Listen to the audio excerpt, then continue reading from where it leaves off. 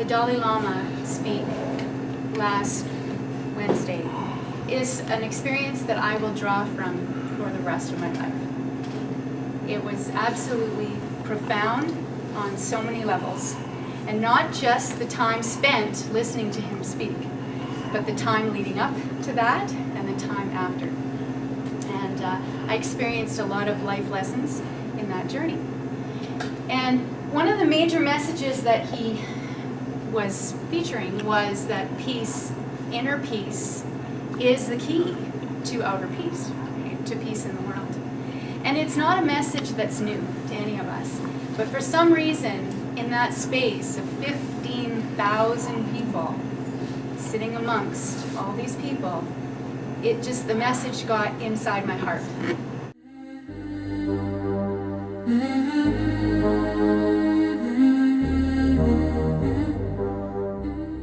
I experienced many different contrasts along the way as we drove into the city and navigated our way around. And I think sometimes we can get in the place of blaming. And I had said to Richard, I just never sleep well when I'm in the city. It's just so busy, and there's just people everywhere, and it's just traffic and trying to find my way around, and just started to do that blame thing and go into the victim, like it was their fault somehow, like that they were living in the city and they were robbing me of my peace. And so I had to get grounded again, and I had to go, okay, just collect yourself and figure out what's really important. And that idea when I'm sure you can relate to this, when you're in long lineups or you're in crowds of people, if anyone's ever been to major tourist attractions, isn't there a moment in time when you start looking at people going, right? Where's the compassion then, right?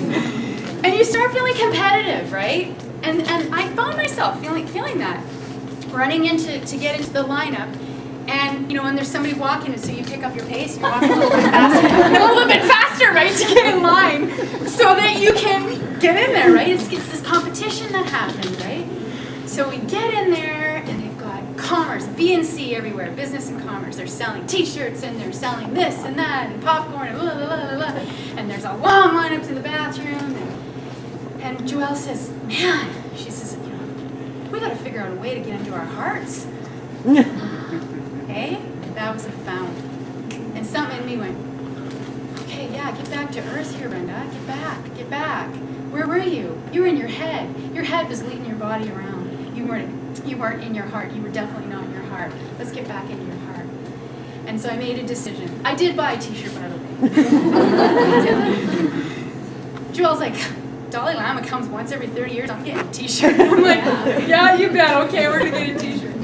So we did that. And so T-shirts in hand and a smile on our face and a renewed sense of commitment to our heart, we walked into the stadium, found our seats easily, and sat down. And something changed. The theme of the conference is Connect Now. And for me, whenever the anthem is played, it does pluck at my heartstrings, because it's O Canada. It's all of us together. It's coming together. It's a connection, right? And I think that's why I felt that. I felt that so intensely, and I felt that emotion. And then I had this little thought come into my head that, now isn't this contrast? Before you were rushing in front of the people that you want to connect with now. Now you want to connect with them. And it's interesting, I forgave myself. I said, oh well, you're human, these things happen, and it's okay. And so in that moment, we connected with 15,000 people. What an amazing feeling. We're afraid to connect, though, aren't we? We love it on one hand, and we like that idea of it, but we're also kind of afraid of it. Why do you think we're afraid of it?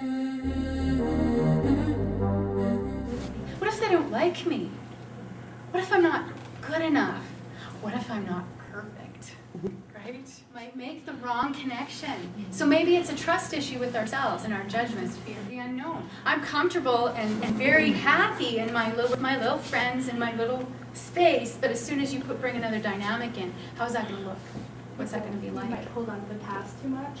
Hold on to the past too much? So it might be, because this happened to me before, I'm going to hold back. Yeah, one is that lack of self-confidence too. That we lack self-confidence in ourselves. We think that we're not enough. We think that, we're not perfect enough.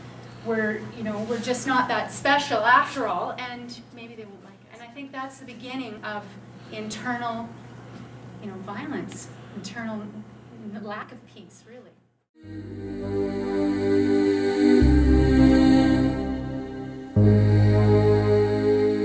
And so he stands and he addresses the crowd. And he starts off by saying that he is not special. He starts off by saying, many people will call me the living Buddha. Many people will call me God King. Some people might call me demon. He said, those are just labels. I am a simple Buddhist monk. That's what I am. I am that. Right? And it was a charming, sincere, humble way to disarm the labels and to disarm all of that pretense. And I was guilty for it. I was guilty as well, myself, building him up to be something that he isn't.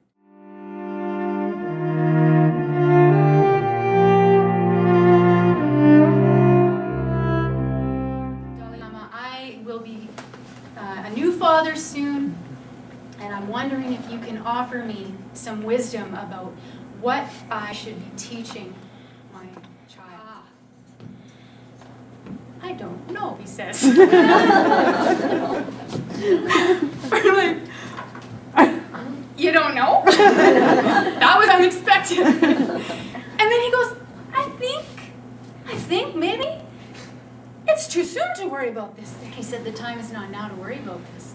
The time now is to focus on you. Another thing that he kept talking about too was that war is outdated. He said, now is the time of peace. 21st century is now the time of peace. As a gift from the Dalai Lama. And it's a tradition that is from India, actually. And so what we did is we took the scarf from the backs of our seats and we put it around our shoulders. The person beside you grabbed the corner, and so you're grabbing the corner of each person. It's kind of like holding hands, but with the scarves, right? Up to that point, I was cold. It was really cold in there. They had the heat turned way down, and it was just like, you could see our breath. It was really cold and really chilly. And when we did that, when we connected with the scarves, I kid you not, my temperature went. So I was thinking, wow, 15,000 people, we really are connecting now. And he said, why white? He said, white for purity of heart, for our pure heart intention. And the softness of the scarf is for gentleness and kindness. And so that's the meaning of the scarf.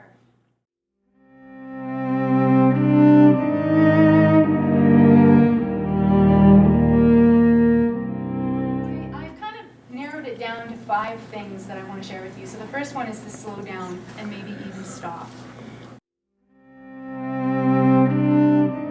I'm feeling like this right now. I'm feeling mad, sad, glad, scared, whatever it is. I'm feeling like that right now. That is what I'm feeling. I am there. I'm in those feelings. Honor it. You feel what you feel.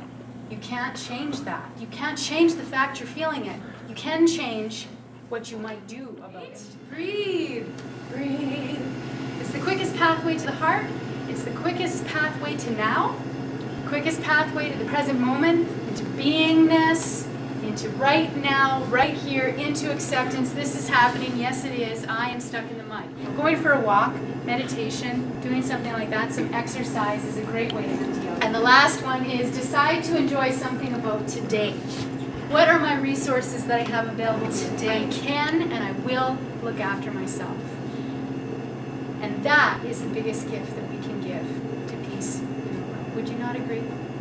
If we just started there, do whatever you need to do that.